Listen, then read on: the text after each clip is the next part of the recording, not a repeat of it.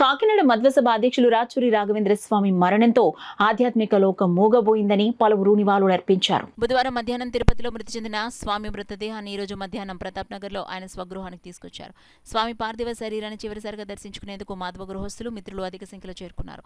మధ్వసభ committee కార్యదర్శి కోపెళ్ల శేషగిరిరావు మాట్లాడుతూ తెలుగు భాషలో మధ్వ వ్యాప్తికి ఎంతో కృషి చేశారని నివాళులర్పించారు. మధ్వసభ కమిటీ సంయుక్త కార్యదర్శి డాక్టర్ పరశురాం మాట్లాడుతూ కోస్తా జిల్లాలో ఆధ్యాత్మిక కార్యక్రమాల నిర్వహణలో అధిక ప్రాధాన్యత ఇవ్వటమే కాక అందరినీ భాగస్వామ్యం చేస్తూ మధ్వ మత ఆశయాలకు అంకితమయ్యారని రాచూరి స్వామికి నివాళులర్పించారు.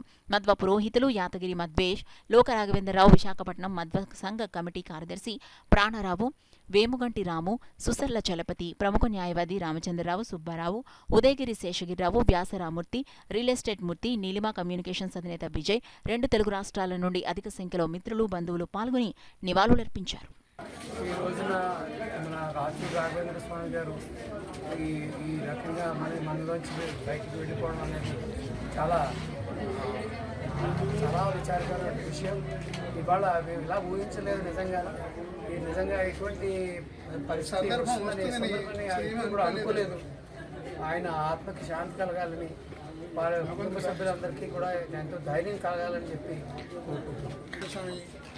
ఈ విధంగా జరగటం తెలిసిన దగ్గర నుంచి నాకు అసలు ఏది తోచట్లేదు.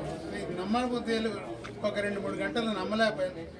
మళ్ళీ అనేక మెసేజ్లు వచ్చాక కన్ఫర్మ్ చేసుకున్నా కానీ ఇది నిజమని అనుకోలేకపోయాను. మా ఇద్దరికి అసోసియేషను ఇంచుమించు 30-40 ఏళ్ళు. ఈ 12 ఏళ్ళుగా సభలో ఇద్దరం, అతను ప్రెసిడెంట్, నేను సెక్రటరీ వంటి అనేక కార్యక్రమాలు చేయించాడు.